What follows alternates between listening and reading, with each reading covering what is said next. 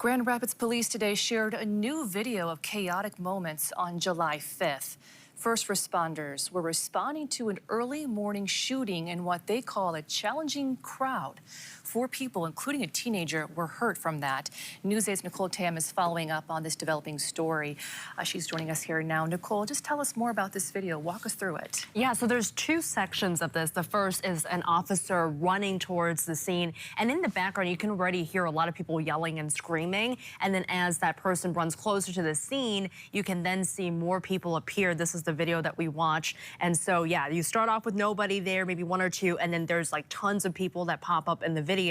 And then eventually there's a second clip of officers carrying a body to the ambulance because that person has really life-threatening injuries. But what had occurred was this crowd here, police say they were so unruly an ambulance couldn't get through. So then those first responders decided to just carry that person to the ambulance about 100 yards away through that chaos. And you talked to one of the first responders on scene that morning. What did they say? Yeah, so actually I talked to one of the firefighters, a lieutenant who was on scene that morning. He basically just kind of walked us through how chaotic moments can happen, although not common in his 10 years of service with the fire department. But basically they kind of just have to think on their feet and really try and save the person's life. That is their goal, right? Safely get someone who need help to the ambulance and to that life-saving care that they need.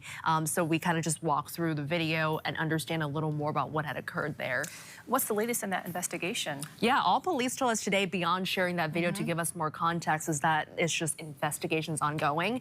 So we don't know if there's, more to what we've learned already, because we've been following this since it happened. But I think the video and just how chaotic those moments were. And Chief Trigg did tell us previously, he told Duncan McLean last week when he was following up that it was a challenging crowd. We see that in the video today. Okay, what's coming up on News 8 at 5, Nicole? Yeah, so beyond the firefighter who was on scene that we talked to, we're also going to hear from Life EMS. They're not related to this specific incident, but we know first responders, EMTs, paramedics, they deal with these challenging conditions all the time. So part of training, there's a new class every year for Life EMS. So a person who teaches these incoming EMTs and paramedics talks about that process of scene safety and awareness. So we'll also have that for you and a deeper look at that video that we just showed you part of. Okay, Nicole, thank you so much for that. We'll see you coming up on News 8 at 5.